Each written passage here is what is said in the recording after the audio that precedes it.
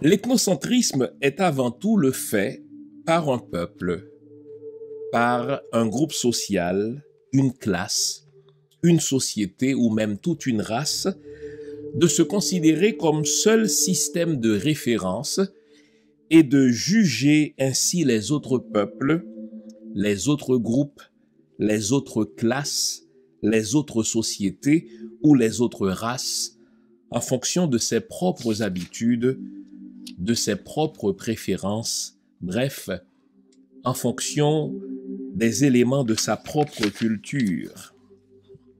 Or, comme le dit si bien le vieil adage, selon que l'on est à Abidjan ou à Paris, à Port-au-Prince ou à Montréal, on ne voit jamais le monde tout à fait de la même manière. Jean-Claude Deverger, Vaudou et catholicisme en Haïti. Bonjour le monde, bonjour mesdames, bonjour messieurs, bienvenue à cette autre édition de l'émission Lumière sur le monde. Aujourd'hui, je voudrais vous entretenir d'un sujet un peu casse-gueule, je dirais. Vous me direz que je n'en suis pas à ma première émission casse-gueule, mais je persiste et signe. Je voudrais vous entretenir ce matin du lien qui existe entre pouvoir politique et mystique, du lien qui existe entre pouvoir politique et spiritualité. Je vous dirai ce qui m'a inspiré ce sujet tout à l'heure. On va se balader à travers les symboles en Occident, rentrer chez nous en Afrique, aller voir comment ça se fait chez les Africains, chez les Afro-descendants que nous sommes, mais tout ceci afin de vous démontrer quelque chose. On ne peut, ni on ne doit dissocier le pouvoir politique de sa propre spiritualité.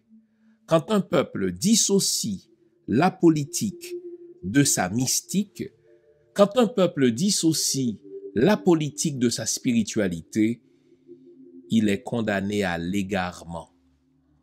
Il est condamné à faire du surplace.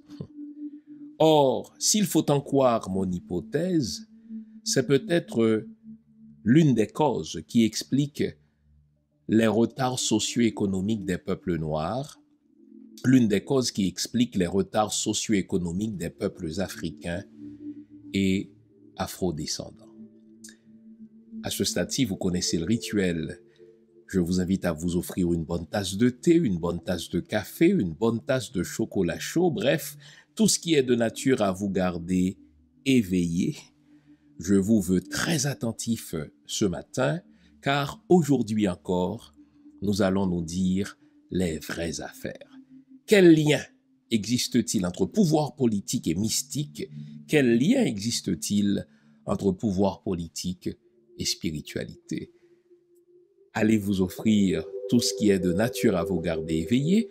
Je vous reviens après, c'est promis. À tout à l'heure. Vous pensez qu'être noir se réduit à la couleur de la peau? Vraiment, détrompez-vous. Je suis Jean Fils-Aimé, théologien, historien et maître en administration publique. Être noir, c'est plus que cela. Être noir, c'est une place qu'on vous assigne. Être noir, c'est un taux de chômage 2 fois plus élevé que les autres. Être noir, c'est être interpellé jusqu'à 5 fois plus par la police que les autres. Être noir, c'est, au fait, avoir un salaire moindre, à expérience et à compétences égales pourtant. Être noir, enfin, c'est être majoritaire dans la population carcérale. On a toujours dit que si l'on veut cacher une information au noir, il faut la placer dans un livre. Nous allons défaire ce préjugé.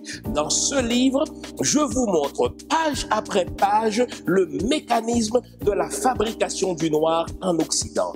Mais bien plus, je place entre vos mains un outil pour vous aider à détruire cette machine et et à occuper la place qui vous revient, non seulement pour la gloire de nos ancêtres, mais pour le rayonnement de la postérité. La machine à fabriquer des Noirs persiste, d'où le racisme. Lisez mon livre « Être noir, une fabrication occidentale, comment détruire la machine ». Ne l'oublions pas, nous sommes ensemble, détruisons ensemble cette machine à fabriquer des Noirs.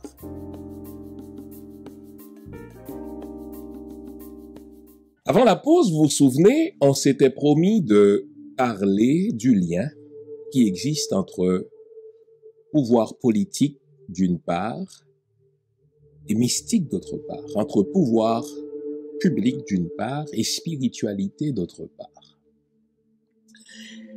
Vous n'y pensez pas toujours, mais il y a comme un lien coexistentiel entre ces deux réalités-là. Il n'y a pas de pouvoir politique sans mystique, et la mystique, pour être utile, doit se traduire en politique, s'agissant de collectivité, s'agissant de nation, s'agissant de groupe social. Dernièrement, je suivais un documentaire sur l'histoire des monuments publics aux États-Unis, sur l'histoire des bâtiments publics aux États-Unis, et j'étais frappé par le fait que il n'y a pas un seul monument public aux États-Unis, il n'y a pas un seul bâtiment public dont l'histoire ne soit associée à la mystique, à la spiritualité de la franc-maçonnerie. Je pourrais vous parler de la Maison-Blanche, je pourrais vous parler du Congrès américain, mais justement, parlons du Congrès américain. Il n'est pas jusqu'au choix du lieu, il n'est pas jusqu'à l'orientation du bâtiment, il n'est pas jusqu'à l'architecture, bref, il n'est pas jusqu'à la pose de la première pierre qui ne soit associé à un rituel maçonnique, soit un rituel exotérique qui se déroule au vu et au su de tout le monde, ou un rituel ésotérique qui est réservé aux initiés, à un club sélect de gens, n'est-ce pas, enracinés dans cette spiritualité-là. Mais retenez que derrière chaque monument public aux États-Unis, derrière chaque bâtiment public, il y a une histoire de mystique, il y a une histoire de spiritualité.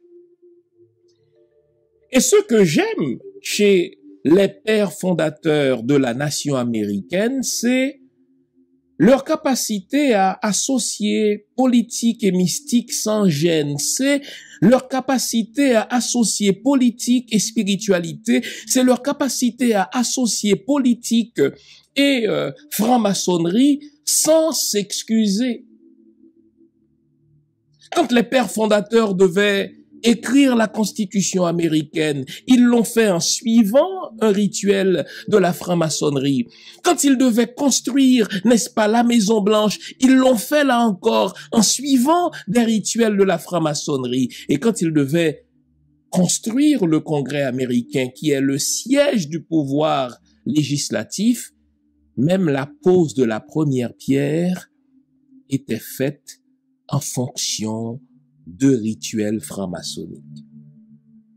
Et il est écrit dans l'histoire américaine que lorsque les pères fondateurs américains devaient rédiger la Constitution américaine, puisqu'ils le faisaient sur un territoire qui initialement ne leur appartenait pas, ils ont consulté les autochtones, ils ont consulté les maîtres spirituels du territoire pour savoir quoi écrire dans ce document fondateur de la nation.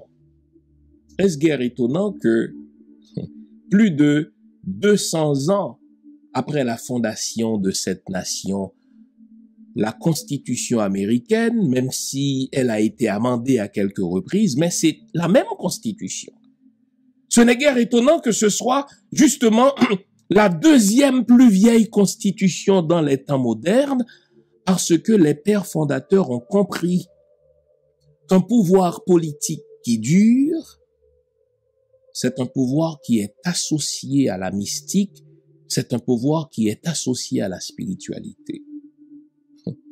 Et ce que je dis là des États-Unis, je pourrais aussi le dire des États européens, je pourrais aussi le dire de beaucoup d'États asiatiques, je pense naturellement au Japon. S'agissant de l'Europe, n'est-ce pas, je pense au Royaume-Uni. Laissez-moi vous le dire. Cela ne se sait pas de monsieur et madame tout le monde, mais vous savez qu'il y a des jours où la reine d'Angleterre, j'insiste, la reine d'Angleterre doit porter le sous-vêtement d'une aïeule.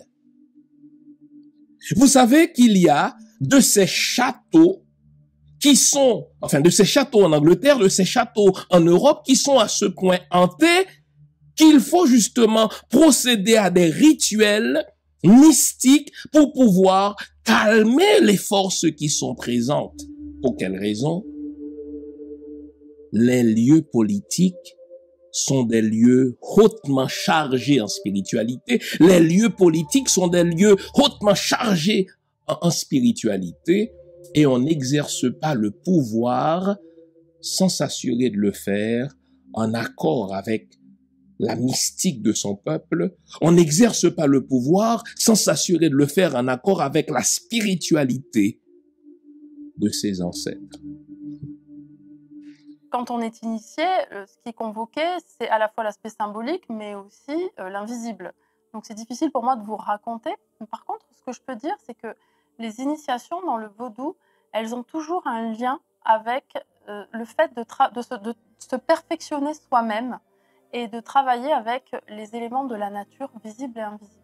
Quand on parle de vaudou et qu'on vous pose la question, quelle est la définition que vous donnez du vaudou?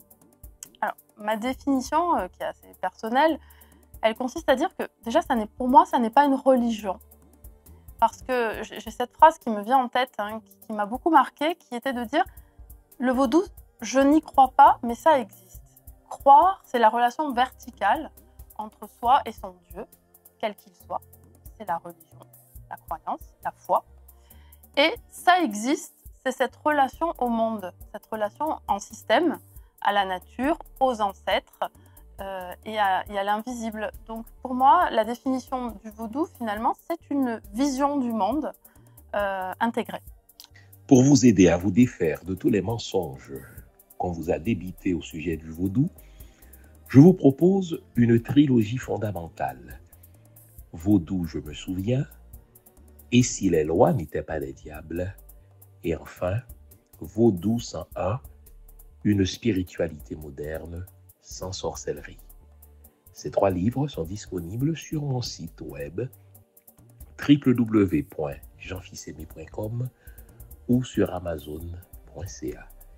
Une trilogie à lire et à avoir dans sa bibliothèque personnelle ou familiale.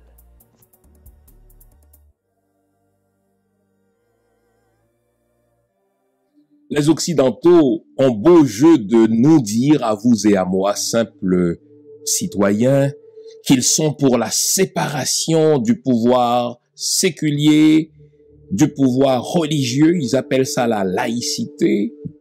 Mais ça, c'est pour la consommation extérieure. Ça, c'est pour monsieur et madame tout le monde. Ceux qui exercent véritablement le pouvoir public savent que les lieux d'exercice de pouvoir public sont de hauts lieux de mystique, sont de hauts lieux de spiritualité. J'en veux pour preuve cet exemple-là qui s'est déroulé aux États-Unis lors de la Seconde Guerre mondiale. Écoutez-moi bien, la Seconde Guerre mondiale, c'est 1945, pas vrai, 1939-1945. Et Abraham Lincoln, l'un des présidents américains, est mort, lui, à 56 ans en 1865. Donc, entre la mort d'Abraham Lincoln en 1865 et la fin de la Seconde Guerre mondiale, 1945, il s'est déroulé près d'un siècle. Suivez-moi bien.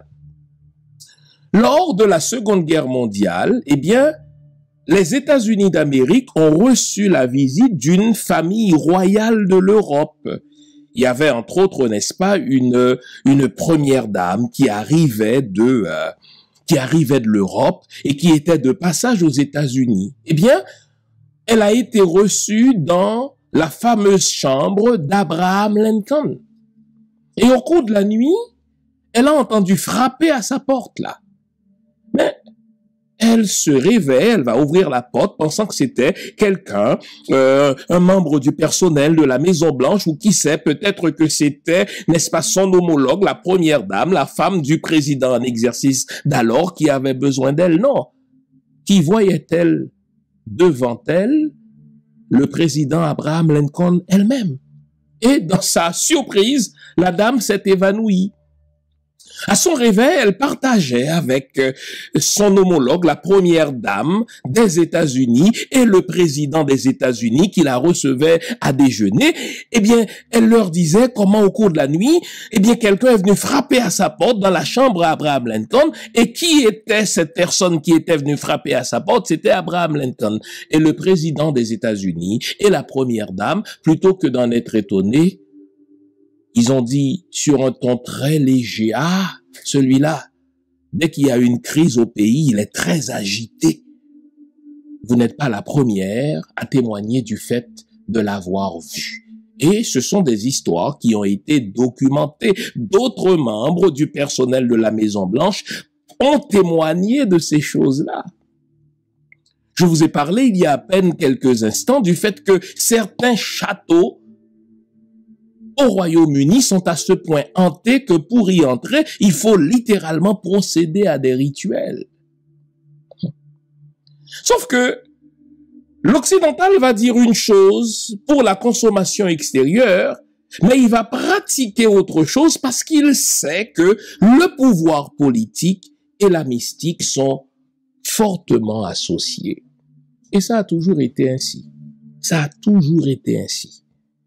Plus vous remontez dans l'histoire, plus vous vous promenez à travers l'espace et à travers le temps, plus vous allez découvrir que le pouvoir, c'est quelque chose qui est conféré non pas seulement par les hommes, mais par les égrégores d'une nation, par les esprits tutélaires d'une nation, par les esprits tutélaires d'un espace, en sorte que il ne faut jamais oser exercer ce pouvoir politique sans s'assurer d'être en harmonie avec les puissances tutélaires des lieux. Nos ancêtres ont toujours su cela. Peu importe la nation considérée, peu importe l'époque considérée, peu importe, n'est-ce pas, le lieu considéré dans ce très grand continent qu'est l'Afrique, nos ancêtres ont toujours su que le pouvoir politique, c'est un service. Et on n'exerce pas ce service sans s'assurer d'être en harmonie avec sa spiritualité, sans s'assurer d'être en harmonie avec sa mystique. C'est ainsi, par exemple, que nos rois, nos empereurs, nos chefs d'État, plus on remonte dans le temps, ont toujours su s'entourer d'hommes et de femmes qui étaient initiés à des sociétés mystiques et qui étaient en mesure, n'est-ce pas, de les conseiller, qui étaient en mesure de les guider, ces chefs d'État-là, qui étaient en mesure de consulter, si vous voulez, la volonté de ces entités spirituelles quant à ce qu'il fallait faire ou non. C'est vrai qu'aujourd'hui, quand je dis ça au 21e siècle, il y en a qui vont dire, écoutez, il est en train de mélanger les choses. Depuis quand la politique et la mystique sont-elles liées? Eh bien, la politique et la mystique ont toujours eu un lien, et je dis même un lien coexistentiel. La politique n'existe pas sans la mystique n'existe pas sans la politique. Les Occidentaux l'ont compris. Beaucoup d'entre eux sont allés en Afrique. Beaucoup d'entre eux sont allés en Égypte, pour ne prendre que cet exemple-là, afin de s'initier à notre spiritualité, de manière à savoir comment exercer le pouvoir politique. Nos ancêtres, en ce sens-là, ont fait preuve d'hospitalité. Ils ont accueilli des étrangers qui arrivaient d'ailleurs pour s'initier à leur vision des choses, pour s'initier à l'harmonie qu'ils percevaient et qu'ils pratiquaient entre la politique et la spiritualité. Et c'est ainsi que nos ancêtres ont accueilli, ils ont reçu chez eux ceux qui en Occident allaient devenir de véritables géants. Pensez à un Pythagore qui a vécu en Égypte pendant 11 ans pour comprendre ce qu'est la musique spirituelle, pour comprendre comment fonctionnent les planètes, pour comprendre les mathématiques, etc. Et ça a toujours été en même temps notre grande faiblesse, notre spiritualité. Nous avons ouvert nos portes aux étrangers. Nous avons ouvert nos livres aux étrangers, nous leur avons enseigné nos secrets, nous leur avons enseigné nos recettes, et eux, une fois qu'ils ont appris nos secrets, une fois qu'ils ont appris nos recettes, vous savez ce qu'ils ont fait? Ils ont assassiné nos aînés. Pour s'assurer qu'il n'y ait pas de transmission de ces savoirs, pour s'assurer qu'il n'y ait pas de transmission de ces secrets de génération en génération, ils ont tué les aînés et ils ont réduit en esclavage les femmes et les enfants pour s'assurer de nous dominer à perpétuité. Est-ce que vous entendez ça? Ces recettes, ces secrets, en ce qui a trait au lien existant entre la politique et la mystique, entre la politique et la spiritualité, les Occidentaux sont venus chez nous pour apprendre tout cela. Et une fois qu'ils ont appris cela de nous, ils ont tué nos aînés de manière à ce qu'il n'y ait pas de transmission de savoir, de manière à ce qu'il n'y ait pas de transmission de savoir-faire, de transmission de savoir-être entre les générations. Ils ont réduit les enfants et les femmes à l'esclavage pour s'assurer d'avoir le contrôle à perpétuité sur nos personnes et sur nos ressources. Mais revenons, parce que c'est important pour moi, au lien existant entre pouvoir politique et mystique.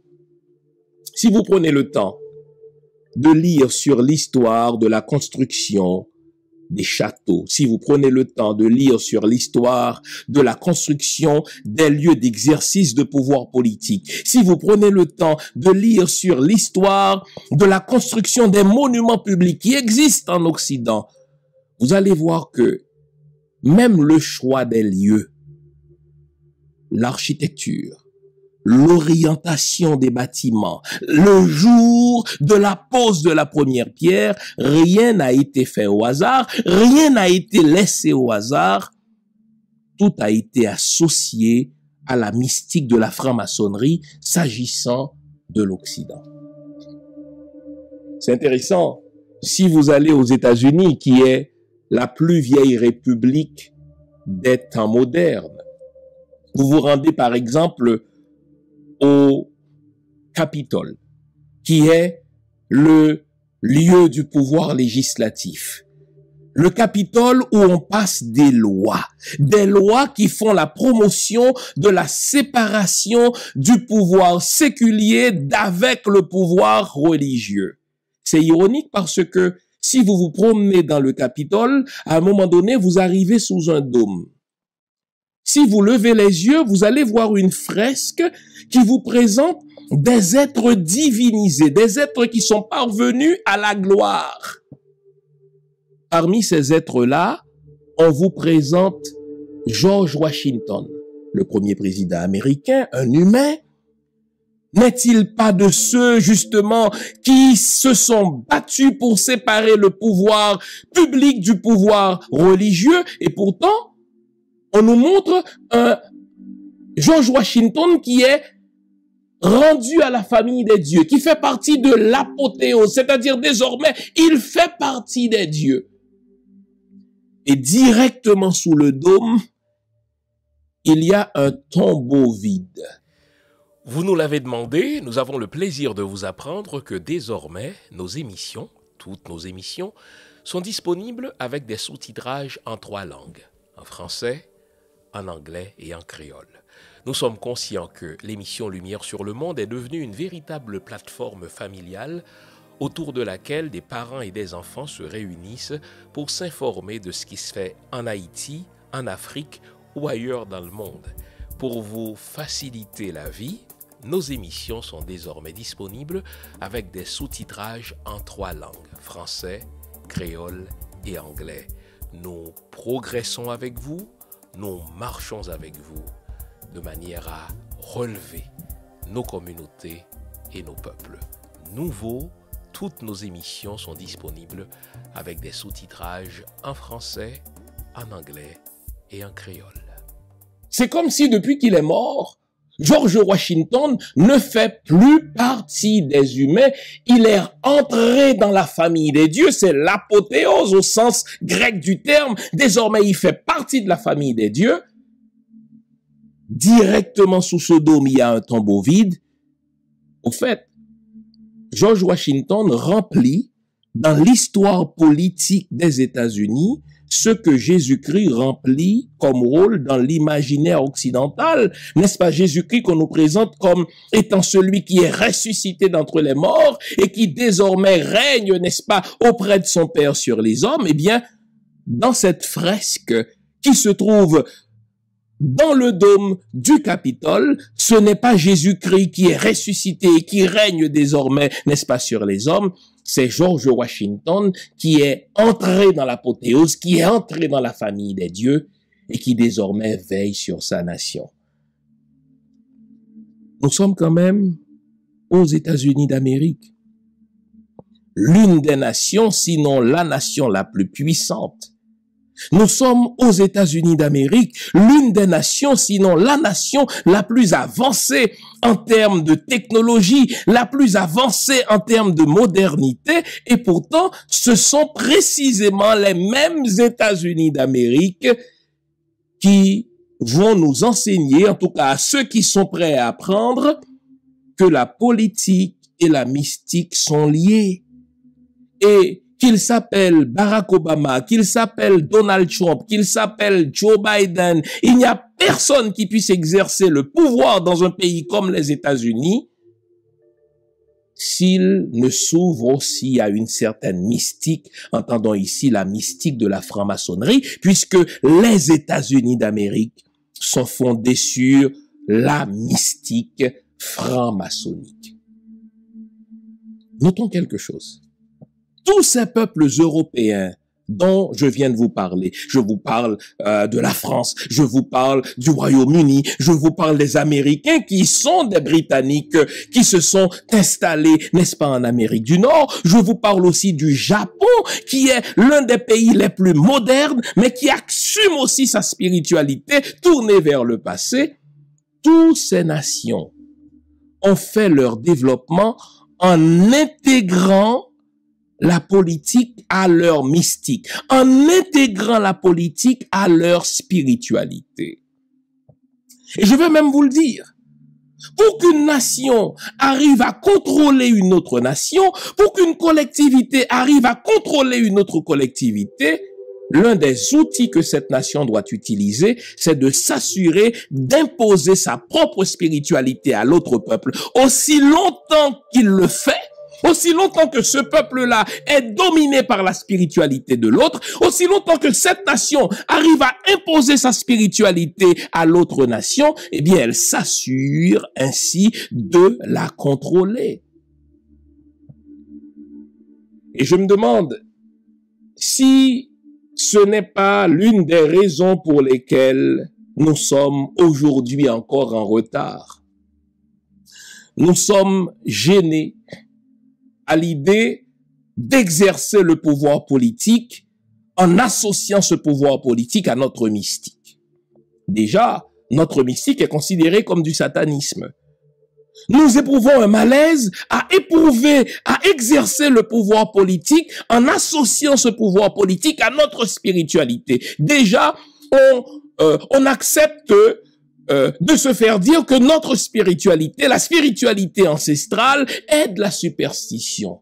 Mais je vous ai dit qu'il est des jours où la reine d'Angleterre doit porter la petite culotte de son aïeul.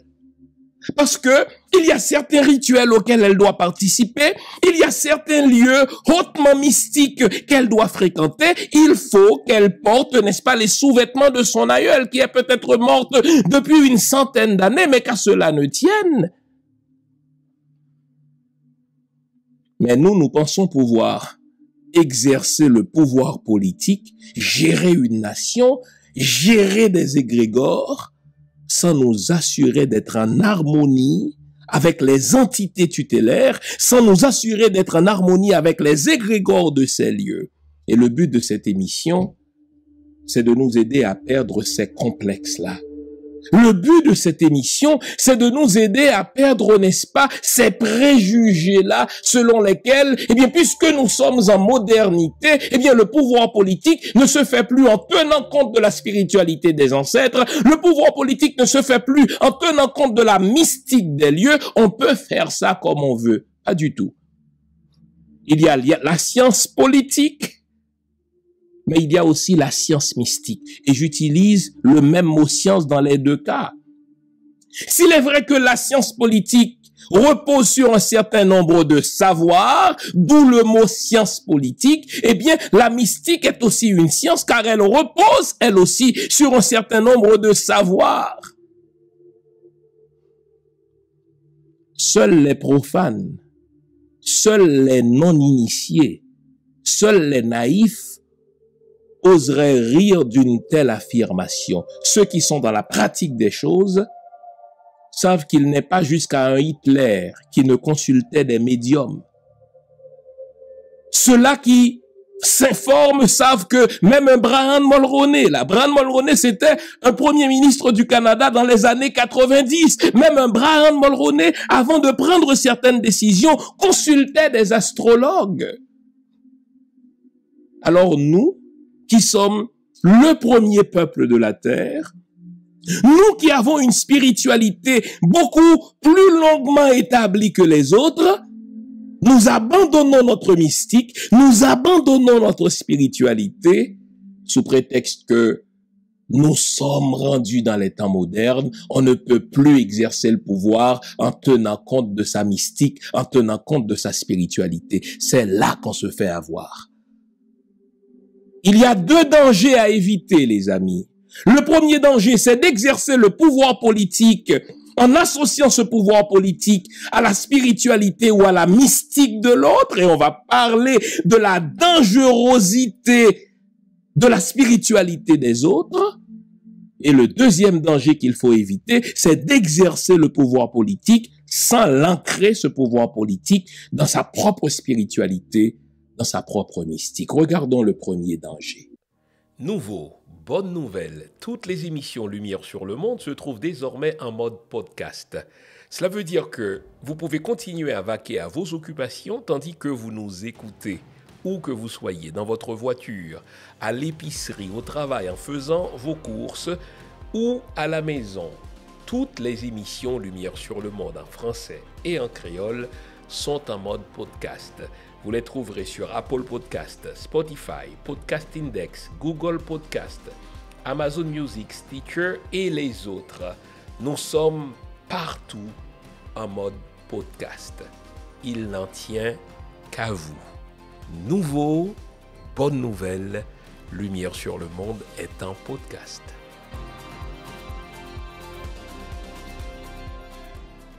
Je vous ai dit qu'en matière de politique, qu'en matière d'exercice de pouvoir, il y a deux dangers, il y a deux travers qu'il faut éviter. Le premier travers, c'est d'exercer le pouvoir dans la spiritualité ou la mystique d'un autre, ou d'exercer le pouvoir en abandonnant sa propre mystique ou en abandonnant sa propre spiritualité. Regardons le premier travers. Je réfère ici à certaines cérémonies très protocolaires auxquelles nos pays africains, auxquels nos pays d'afro-descendants se livrent le jour de l'assermentation de nos chefs d'État. Généralement, nos chefs d'État vont se rendre à l'église catholique ou à l'église protestante ou à la mosquée, de telle sorte que le prêtre ou le pasteur ou l'imam puisse prier pour lui dans l'exercice de son pouvoir politique. Pensez-y bien. Quand un chef d'État africain, quand un chef d'État afro-descendant, le jour de son assermentation, va à un Te Deum dans l'église catholique ou va assister à une cérémonie religieuse dans une église protestante ou bien dans une mosquée, n'est-ce pas au fait une insulte à la spiritualité de nos ancêtres? Si on connaissait nos histoires, si on prenait le temps de plonger dans les annales de nos pays africains, si on prenait le temps de remonter dans l'histoire des empires, de remonter, exemple, dans l'histoire, n'est-ce pas, de l'Égypte. Mais nos temples à nous, nos spiritualités à nous ont précédé la spiritualité occidentale, la religion chrétienne. Nos temples à nous, n'est-ce pas, ont servi de modèle aux temples et aux architectures qui allaient être, n'est-ce pas, pratiquées en Occident. Mais n'est-ce pas une insulte à l'intelligence de nos ancêtres que le jour de la prestation de serment ou le jour de l'assermentation d'un chef d'État, le chef d'État se rend dans une église catholique pour assister à un Te Deum? Ce faisant, vous savez ce que nous sommes en train de faire? Nous sommes en train de nourrir l'égrégore de nos ennemis. Dans l'église, ils vont invoquer le nom de Jésus. Jésus, c'est un personnage de l'imaginaire occidental. Déjà, l'église, c'est un lieu de religiosité occidentale. Nos ancêtres, eux, avant d'exercer le pouvoir, ils évoquaient leurs propres entités, ils évoquaient leurs propres esprits, ils avaient leurs propres rituels, ils avaient leurs propres rites, ils évoquaient la bénédiction des dieux tutélaires de leur nation, ils nourrissaient leurs propres égrégores. Mais nous, par mimétisme, sous l'effet de l'ethnocentrisme dont j'ai parlé au début de l'émission, en lisant le texte de Jean-Claude Deverger, on a pensé que la façon protocolaire d'exercer son pouvoir, la façon protocolaire de prêter serment, c'est de prêter serment sur le livre religieux des Occidentaux, c'est-à-dire la Bible, ou sur le livre, n'est-ce pas, religieux d'une autre spiritualité empruntée, le Coran. Ce faisant, nous sommes en train de nourrir l'égrégore de nos ennemis. Nous sommes en train, n'est-ce pas, de nous enfermer dans leur carcan religieux. C'est tout à fait normal alors que nous ne puissions nous développer parce que nous exerçons notre pouvoir politique dans les paramètres de la spiritualité de l'autre. Le Japonais va exercer le pouvoir politique dans les paramètres de sa spiritualité plurimillénaire. L'Anglais va exercer le pouvoir politique dans les paramètres de sa spiritualité franc-maçonnique. L'Américain va exercer le pouvoir dans les paramètres, n'est-ce pas, de sa spiritualité franc-maçonnique avec un vernis de christianisme. Mais ça, c'est pour tromper, n'est-ce pas, les profanes. C'est pour tromper monsieur et madame tout le monde.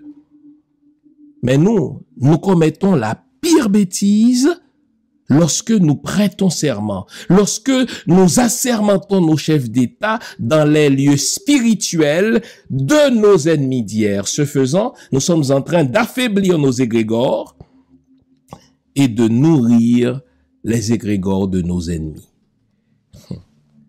Vous savez ce que fait l'ennemi pour pouvoir nous contrôler? Il nous impose sa spiritualité.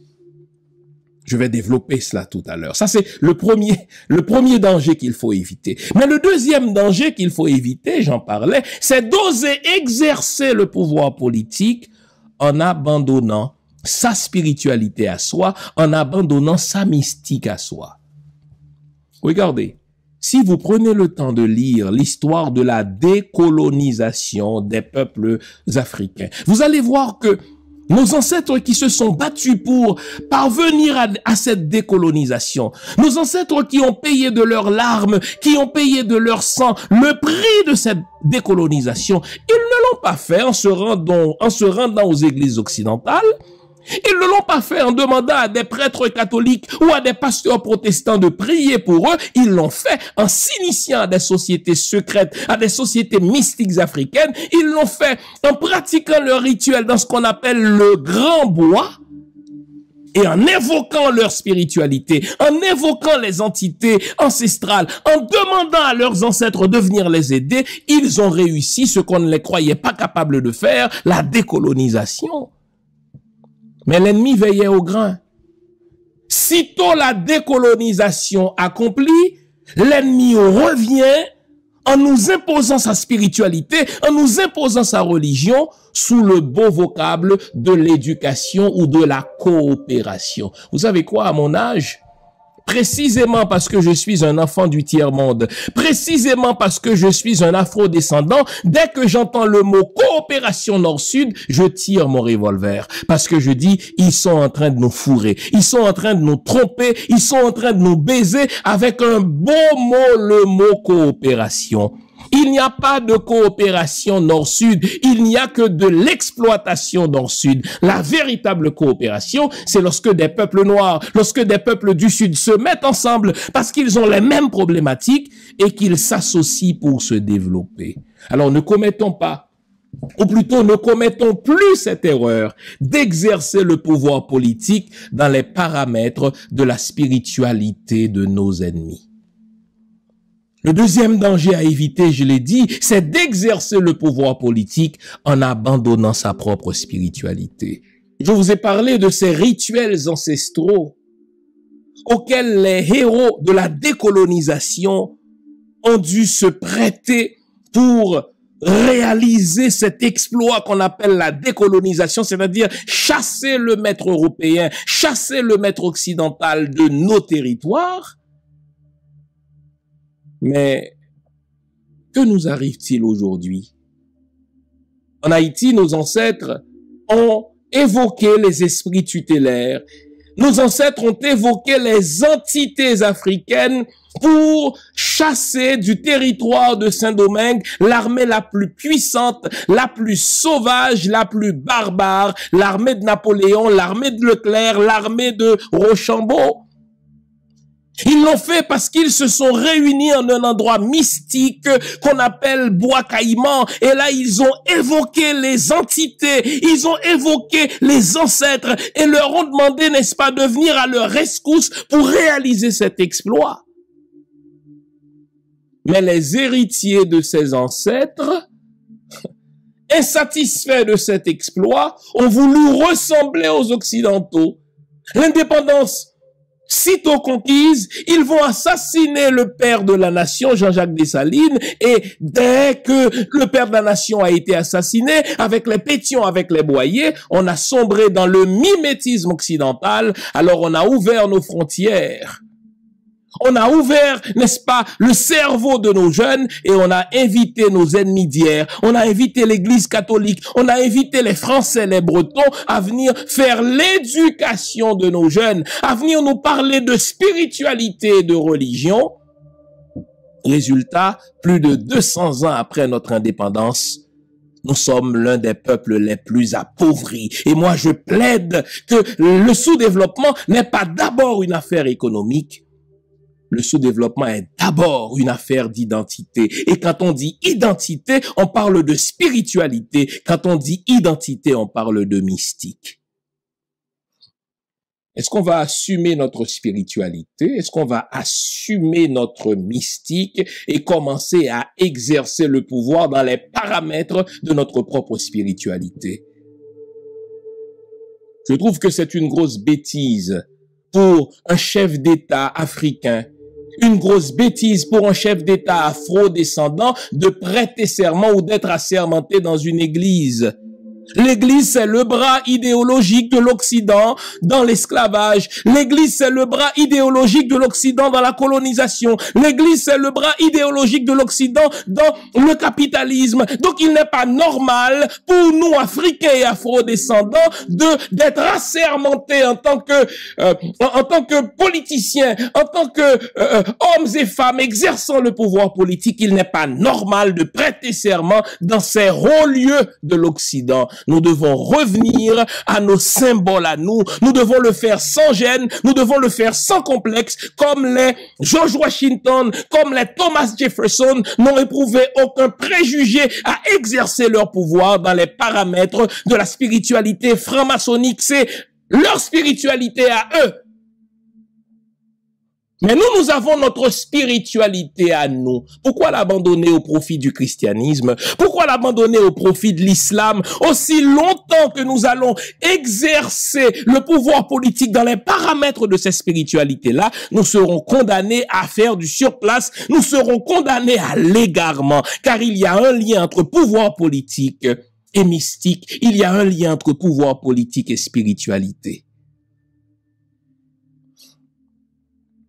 Puisque nous ne comprenons pas ce lien existentiel, puisque nous ne comprenons pas ce lien coextensif entre la politique et la spiritualité, nos ennemis nous dominent. Vous savez, pour que nos ennemis soient en mesure de nous dominer, ils n'ont plus besoin aujourd'hui d'envoyer leur armée. Pour que nos ennemis soient en mesure de nous contrôler, ils n'ont plus besoin aujourd'hui d'envoyer leurs bateaux et de nous menacer, n'est-ce pas, avec leurs canonnières. Ils n'ont qu'à nous imposer leur spiritualité. Et en nous imposant leur spiritualité, les effets de leur domination sont plus durables et plus insidieux encore. Voyons quelques-uns de ces effets. Déjà, regardons le lien entre la domination et la religion occidentale. L'occidental vient chez nous, il arrive avec un livre et il dit « Voici la parole de Dieu ». Il est en train de nous dire à nous qui sommes le premier peuple de toute la terre, il faut le faire, hein, il faut avoir du front tout autour de la tête et un front de bœuf à part cela. Il arrive l'occidental, il parle à son grand frère, donc il parle au noir, qui est le premier humain. Et là, il lui dit, voici la parole de Dieu. Autant dire, vos ancêtres ne savent rien de Dieu. Nos ancêtres n'ont jamais entendu la voix de Dieu. Nos ancêtres n'ont jamais eu, n'est-ce pas, aucune connexion avec la divinité. Nous vous apportons la parole de Dieu.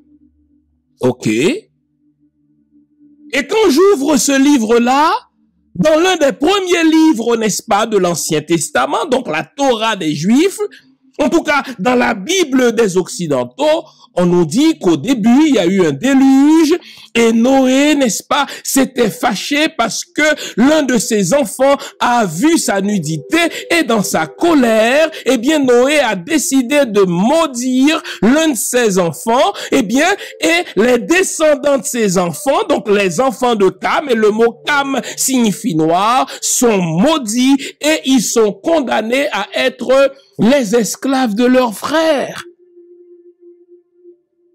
Ils nous disent ça, ils nous l'enseignent, nous l'avalons, nous l'acceptons et pire, nous commençons nous aussi à l'enseigner à nous-mêmes, nous commençons nous aussi à l'enseigner à nos enfants et nous l'enseignons de génération en génération, en sorte que l'occidental d'aujourd'hui, il est en train de se détourner de sa propre religion, il est en train de se détourner de ce livre-là. Maintenant qu'il nous l'a rentré dans la tête, c'est nous qui nous battons entre nous pour la parole de Dieu. Et que dit cette parole de Dieu? Les Kamites. Que dit la parole de Dieu? Les Noirs. Que dit la parole de Dieu? Les descendants des Noirs seront condamnés à perpétuité à être les esclaves ou les serviteurs de leurs frères. Waouh! Voici la parole de Dieu.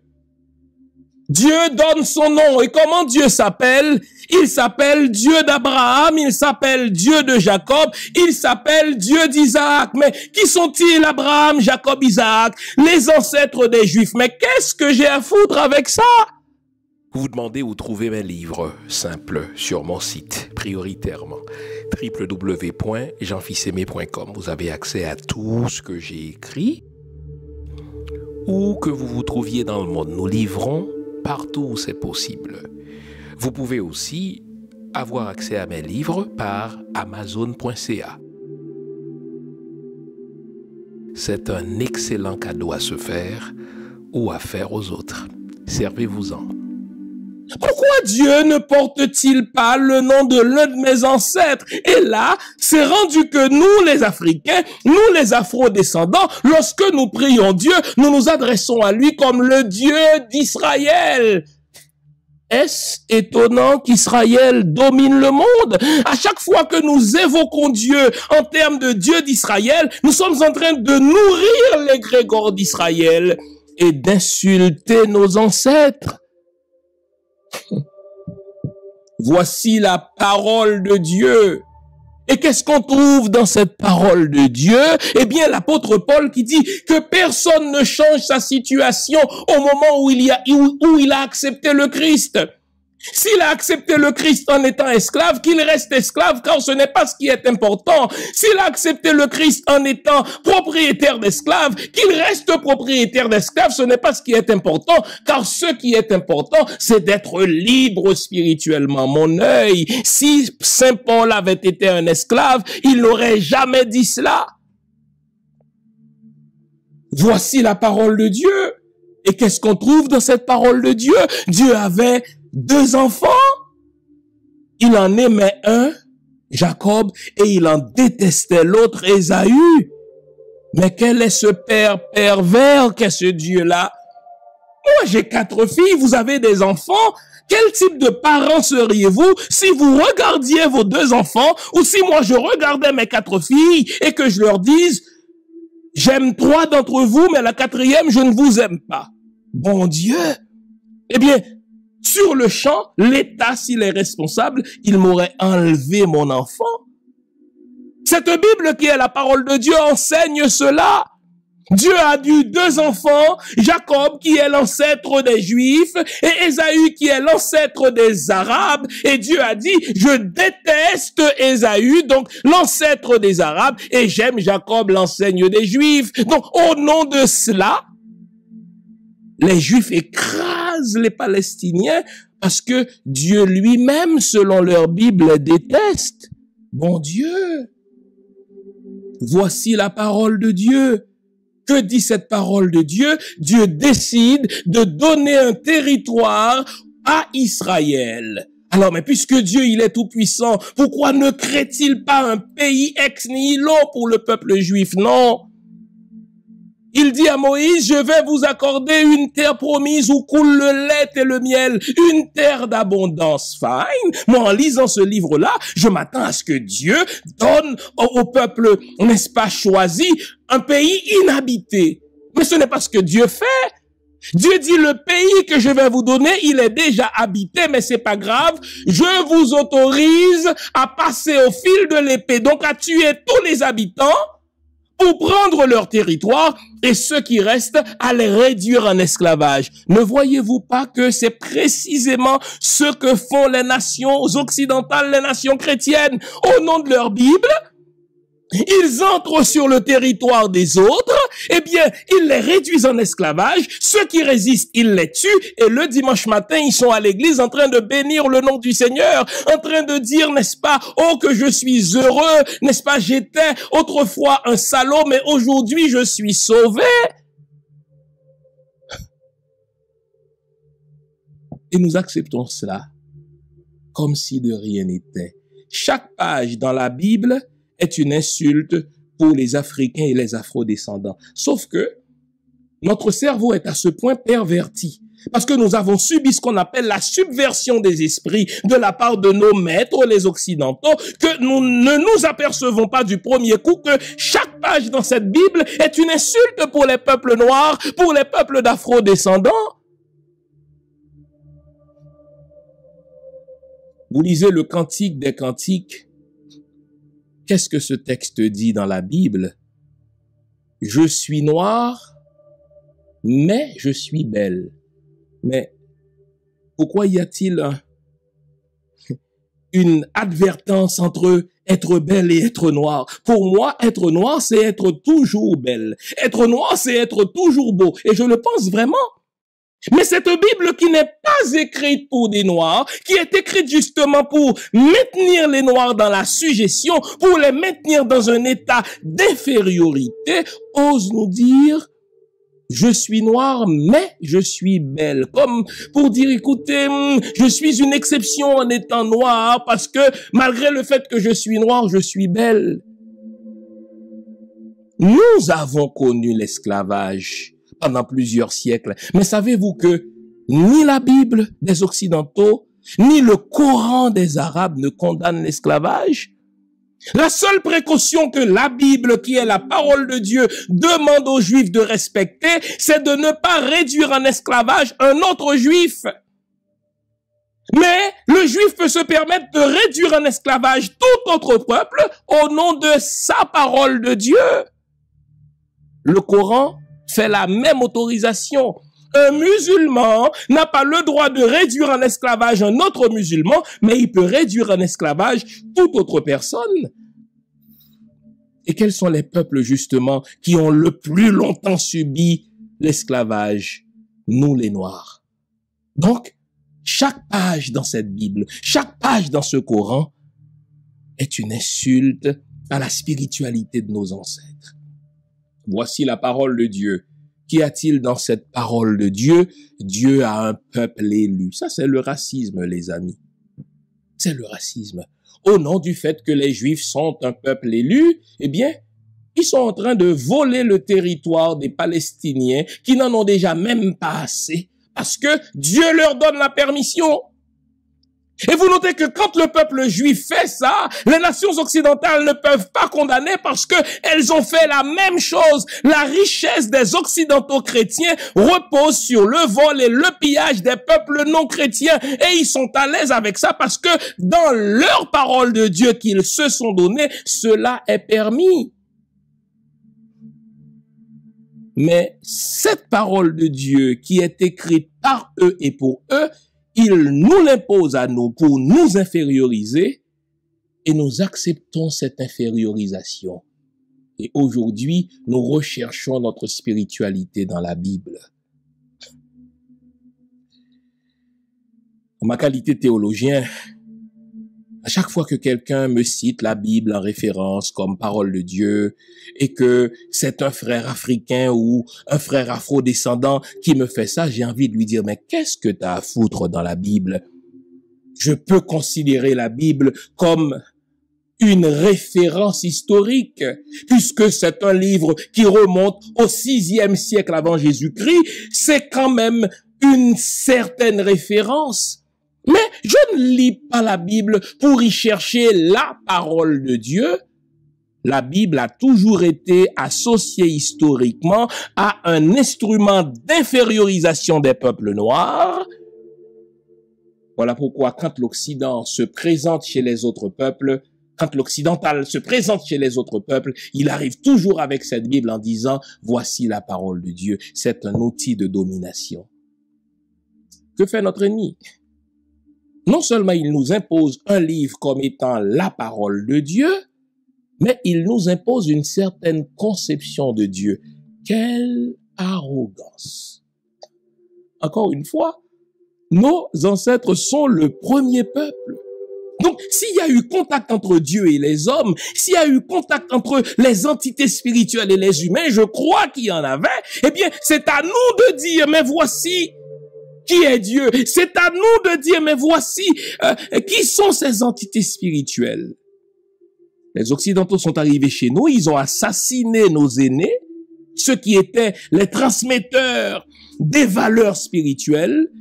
Ils ont réduit en esclavage les jeunes et les femmes, et désormais, les Occidentaux nous disent à nous, leurs descendants, à ces enfants, à ces jeunes qui ont été réduits en esclavage, les Occidentaux nous disent, voici qui est Dieu.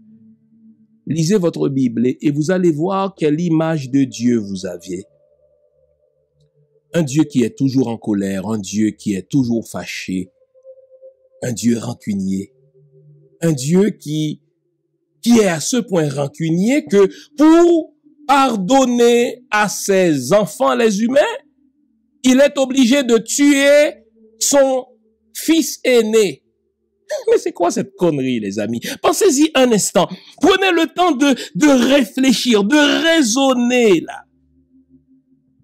C'est quoi l'idée? Si Dieu est mon Père, c'est quoi l'idée de me pardonner, de me faire grâce? J'aime à dire en tant que père, c'est un langage pervers que de dire je vais faire grâce à mes enfants. Un parent ne fait pas grâce à ses enfants. Un parent sain, S-A-I-N, exerce ses devoirs vis-à-vis de ses enfants. C'est son devoir de leur donner à manger. C'est son devoir de leur payer leur scolarité. C'est son devoir de leur fournir, n'est-ce pas, un toit. Mais un parent digne de ce nom ne dira jamais je fais grâce à mon garçon, je lui donne une maison. Non, tu fais pas grâce à un enfant. Mais dans la Bible, c'est ce qu'on retrouve. Un Dieu qui est mon Père, mais qui fait grâce. Au fait, le Dieu des chrétiens est exactement à l'image de leur roi. Imaginez, n'est-ce pas, au Royaume-Uni, des gens qui ont commencé à payer des impôts tout récemment, là, dans les années 2000. Avant, les rois, les souverains ne payaient pas d'impôts. Ils habitaient sur des hectares immenses. Ils avaient des châteaux qui leur appartenaient, de véritables parasites, et ils faisaient grâce à leurs sujets. C'est ça, Dieu. Mais un Dieu à ce point rancunier que pour me pardonner, il doit tuer son fils. Mais quelle violence! Il le tue sur une croix et la Bible n'est même pas gênée de nous dire que Dieu a tellement aimé le monde qu'il donne son fils. Ça veut dire qu'il le crucifie. Ce n'est guère étonnant que la violence est au cœur de la civilisation occidentale car tel est leur Dieu. Dans nos spiritualités africaines, il n'y a pas l'idée d'un Dieu qui est fâché, d'un Dieu castrant, d'un Dieu fouettard, qui, pour me pardonner, doit tuer l'un de ses enfants. Pas du tout. Je suis enfant de Dieu. Je suis l'objet de son amour. Je suis l'objet de son accueil. Je suis l'objet de son acceptation. Je suis l'objet de son désir. Et puisque c'est lui qui m'a créé, il connaît mes imperfections, il connaît mes limites. Et Dieu ne parle pas de péché, on parle d'expérience. J'apprends. Je grandis à partir de mes apprentissages. Je tombe et je me relève. Et à chaque fois que je tombe et que je me relève, eh bien, je deviens plus fort. Mais Dieu n'est pas fâché. Il ne me condamne pas à cause d'un péché que j'aurais commis. Il nous impose leur Dieu. Quel est ce Dieu? Un Dieu qui attend que je meure pour m'envoyer en enfer si je n'accepte pas Jésus-Christ comme sauveur et Seigneur personnel. Ah oui! La race humaine existe depuis 3,5 millions d'années. Jésus-Christ, s'il y en a eu un, aurait vécu il y a à peine 2000 ans. Prenez votre ligne du temps. Essayez de vous figurer sur une ligne du temps 3,5 millions d'années et placez Jésus quelque part il y a à peine 2000 ans. Donc, tous ceux qui ont vécu avant Jésus, ils n'ont pas cru en Jésus, ils sont en enfer. Vraiment. Vous, comme humains, vous seriez en mesure d'envoyer dans le feu éternel votre propre enfant qui a fait une bêtise pendant 10 ans, pendant 20 ans, pendant 30 ans, et puis vous l'auriez condamné à griller en enfer pour l'éternité, et c'est ce Dieu-là qu'on nous présente. Voyons donc, les amis. Voyons donc. Il nous impose une conception de Dieu, mais il nous impose aussi une conception de l'homme. L'anthropologie, ça veut dire la doctrine de l'homme, de la religion chrétienne, c'est une doctrine négative. La Bible nous dit, malheur à l'homme qui se confie à l'homme. Donc, ne te fie pas à l'autre s'il n'est pas chrétien comme toi. Ne te fie pas à l'autre s'il n'est pas musulman comme toi. Ne te fie pas à l'autre s'il ne va pas à la même église, à la même mosquée que toi. Et vous savez ce que ça fait, ça, dans nos cultures à nous? La religion chrétienne entre, et désormais, si telle sœur est chrétienne et que tel frère ne le soit pas, eh bien, ils ne peuvent pas s'entendre. Tel oncle, lui, est chrétien et son frère ne l'est pas, les deux familles sont divisées. Pire, telle tribu est chrétienne, telle autre est musulmane, c'est la guerre civile tout le temps. Et nos ennemis sont en train, n'est-ce pas, de mourir de rire, d'agoniser de rire, parce que par leur anthropologie polarisante, ils ont réussi à nous dresser les uns contre les autres. Avec leur religion, ils nous imposent une certaine conception de la nature. Vous savez, pour l'occidental, il veut changer là, mais c'est après qu'il s'est enrichi. Pour l'occidental, la nature lui appartient. C'est ce que la Bible lui dit. Lisez les premiers chapitres de la Bible. Dieu dit à l'homme: soyez féconds et dominez sur la nature, dominez sur les poissons de la mer, dominez sur la terre, dominez sur les arbres. Waouh! Et puisque c'est Dieu qui a donné à l'occidental ce mandat, qu'a fait l'occidental? Il a arraché les arbres, il a tué les animaux sans tenir compte de, n'est-ce pas, de la biodiversité. Et là, après qu'il a fait ça pendant des siècles et des siècles, il y a quelque chose qu'on appelle le réchauffement climatique et tout à coup, il change de bord. Il découvre qu'il faut pratiquer l'écologie. Mais nos ancêtres ont toujours su ça. Nos ancêtres sont les premiers à dire que ce n'est pas la nature qui nous appartient, c'est nous qui appartenons à la nature. Ce n'est pas nous qui devons soumettre la nature, c'est plutôt à nous de suivre les règles de la nature.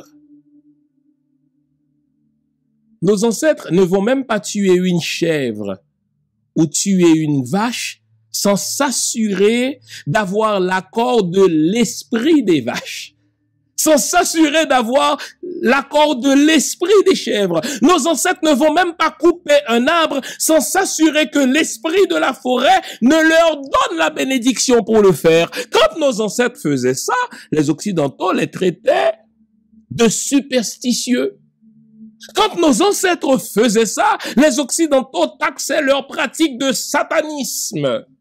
Mais là, tout à coup, ils découvrent que c'est nos ancêtres qui avaient raison, parce que nos ancêtres, de par leur spiritualité, avaient le sens de l'équilibre des choses. Je ne suis pas plus important que la vache, je ne suis pas plus important que l'arbre, je ne suis pas plus important que la forêt. Chacun a sa place dans la maison. C'est ce que veut dire le mot écologie. Et là, maintenant qu'ils ont goûté à leur propre médecine, ils sont en train de nous convertir à ce que nous avons toujours su. Mais c'est ça la mystique occidentale. Détruire la nature pour s'enrichir. Il n'y a qu'en Occident que quelqu'un puisse avoir plus d'argent que tous les habitants de sa propre nation réunis. Mais c'est une belle connerie. Et là, l'État n'est même pas assez lucide pour dire, mais mon ami, tu ne peux pas être plus riche que ta propre collectivité. Il n'y a qu'en Occident pour comprendre ça. Alors que nos ancêtres, eux, ils ont pratiqué ce qu'on appelle l'Ubuntu. Vous savez ce que c'est que l'Ubuntu? Il faut avancer ensemble. On n'est pas en compétition.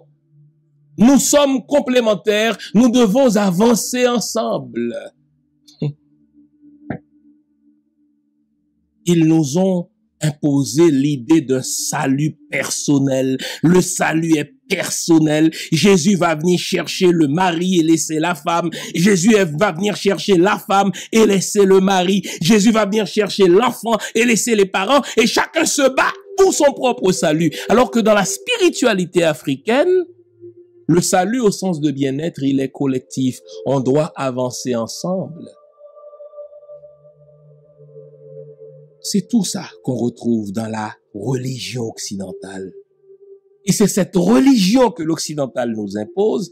Et c'est dans ces paramètres-là que nous exerçons le pouvoir. Est-ce guère étonnant que nous fassions du surplace, que nous ne puissions pas progresser parce que l'occidental nous a imposé sa religion, il nous a imposé sa mystique pour nous dominer. Nous devons, à partir de ces expériences traumatisantes, apprendre à faire les choses autrement.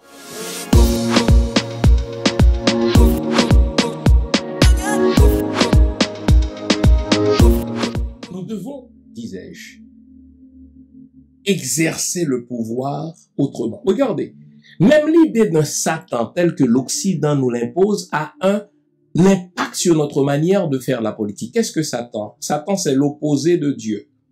Derrière l'idée de Satan s'impose une vision manichéenne de la vie, une vision manichéenne du monde et une vision manichéenne des hommes. Derrière l'idée de Satan se pose la question, es-tu avec moi? Si tu es avec moi, tu es du bon Dieu, donc tu es dans le bon camp. Et si tu n'es pas avec moi, tu es dans l'autre camp, tu es dans le camp des méchants.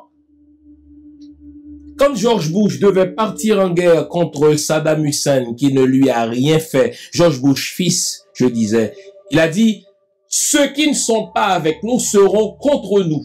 Waouh, quelle vision manichéenne des choses. Je n'ai pas le droit d'être neutre. Mais c'est ça, Satan. Satan, c'est le Dieu qui s'oppose au bon Dieu. Donc, si vous n'êtes pas avec le bon Dieu des Occidentaux, vous êtes dans le camp du mauvais Dieu, dans le camp de Satan.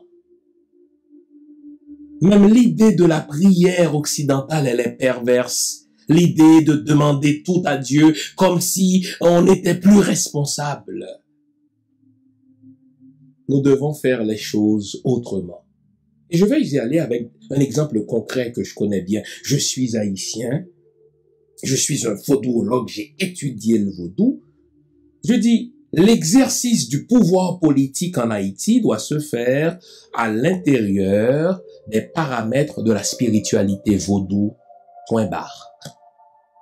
C'est pas pour rien que j'ai commencé avec l'histoire des pères fondateurs américains qui ont jeté les bases de leur nation jusqu'à la pose de la première pierre de leur Maison Blanche, jusqu'à la pose de la première pierre de leur congrès, de leur Capitole, jusqu'à la pose de la première pierre de leur monument public. Tout ceci a été fait, n'est-ce pas? La rédaction de leur constitution a été faite dans les paramètres de la mystique franc-maçonnique. C'est leur spiritualité à eux. Moi, je suis haïtien, je suis vaudou. La politique, l'exercice du pouvoir politique en Haïti doit se faire dans les paramètres de la mystique haïtienne, la mystique vaudou. Et vous allez voir, l'ennemi est à ce point vigilant qu'à chaque fois qu'il nous arrive malheur, il saute sur l'occasion pour dire, vous savez pourquoi il vous arrive malheur? Parce que vous avez conquis votre indépendance sans nous. Vous avez conquis votre indépendance en évoquant vos propres dieux tutélaires. C'est pour ça que vous êtes punis. Quand est-ce que, comme haïtien, charité bien ordonnée commence par soi-même, quand est-ce que, comme africain, quand est-ce que, comme afro-descendant, nous allons revenir à la spiritualité de nos ancêtres. Nous allons étudier nos annales à nous. Nous allons étudier nos archives à nous pour découvrir pourquoi tel roi dans l'ancien temps, pourquoi tel empereur dans les siècles passés, pourquoi tel chef d'État, homme ou femme, avait planté tel arbre, avait érigé tel monument, avait construit tel palais de telle manière. Pourquoi nos chefs d'État, avant de commencer l'exercice du pouvoir, pourquoi ont-ils été dans les bois pour parler aux esprits tutélaires? Prenons le temps d'étudier ces choses-là. Prenons le temps de comprendre pourquoi nos rois d'autrefois, pourquoi nos souverains d'autrefois, pourquoi nos empereurs d'autrefois s'étaient entourés d'hommes et de femmes versés dans la spiritualité ancestrale. Précisément comme le font les Occidentaux. Ils ont chacun leur conseiller versé dans leur spiritualité à eux. Et nous devons enfin nous réconcilier avec notre spiritualité, c'est-à-dire nous réconcilier avec nous-mêmes. Mes amis, on ne peut pas faire du développement en continuant à se haïr. On ne peut pas faire du développement en continuant à nier son identité au profit de l'identité de l'autre. On ne peut pas faire du développement en adoptant la spiritualité de nos ennemis. En adoptant la spiritualité de nos ennemis, nous sommes en train de nous rendre mains et pieds liés à leur contrôle. Étudions la spiritualité de nos ancêtres. Reconnectons-nous aux pratiques de nos ancêtres. Assumons nos spiritualités de fils aînés. Assumons nos spiritualités de peuples noirs. Assumons nos spiritualités de peuples africains. Assumons nos spiritualités d'afro-descendants. Et je vous le dis, le sous-développement n'est pas une question économique d'abord. Le sous-développement est d'abord une question identitaire. J'en veux pour preuve. Les peuples qu'on appelle développés, ce sont des peuples qui ont résolu leurs problèmes identitaires. Le japonais accepte qu'il est japonais. Le chinois accepte qu'il est chinois. L'américain ne va jamais dire qu'il est britannique, il est américain. Le britannique va dire il est britannique. Pourquoi nous, fils aînés des humains, nous sommes les premiers peuples de la terre, pourquoi sommes-nous complexés à l'idée, n'est-ce pas, d'assumer la spiritualité de nos ancêtres? Pourquoi sommes-nous complexés à l'idée d'assumer la mystique de nos ancêtres? Pourquoi sommes-nous complexés à l'idée de pratiquer les rituels de nos ancêtres? Et j'ajouterai ceci. Les peuples forts, ce sont les peuples qui exercent leur pouvoir politique dans les paramètres de leur mystique. Les peuples forts, ce sont des peuples qui exercent leur pouvoir politique dans les paramètres de leur spiritualité. Et je vous le dis, tout peuple qui fonctionne dans les paramètres de la spiritualité d'un autre est condamné à l'égarement, est condamné à être, n'est-ce pas, le dernier dans l'échelle sociale. En sorte que si nous voulons retrouver la place qui nous revient, la première chose à faire, c'est de retrouver notre identité mystique, c'est de retrouver notre identité spirituelle. Chers amis, il y a un lien entre l'exercice du pouvoir politique et la spiritualité. Il y a un lien entre l'exercice du pouvoir politique et la mystique. La Bible des Occidentaux le dit, tout pouvoir vient de Dieu. Ça, c'est une idée qui vient de nos ancêtres. L'exercice du pouvoir doit être l'objet de la bénédiction des entités tutélaires. Autrement, ça va être un pouvoir nul. Alors, comment osons-nous diriger une nation? Comment osons-nous diriger une collectivité? Comment osons-nous diriger un peuple sans exercer ce pouvoir dans les paramètres de notre identité spirituelle? Levons-nous comme Africains, levons-nous comme peuple noir, levons-nous comme afro-descendants et reconnectons-nous à notre spiritualité. Notre progrès commence là. J'espère vous avoir été utile. Merci d'avoir prêté attention. Encore une fois, gardons le moral, car tant que va le moral, tout va. Continuons à liker si vous avez aimé. Continuons à sharer dans nos réseaux respectifs. Abonnons-nous ou demandons aux autres de s'abonner afin que semaine après semaine, la famille de Lumière sur le Monde s'élargisse et qu'on puisse réfléchir sur nos problèmes identitaires. Nos problèmes de sous-développement sont d'abord des problèmes identitaires. Résolvons nos problèmes identitaires et développons nos pays. Merci d'avoir été là. À la semaine prochaine. Au revoir.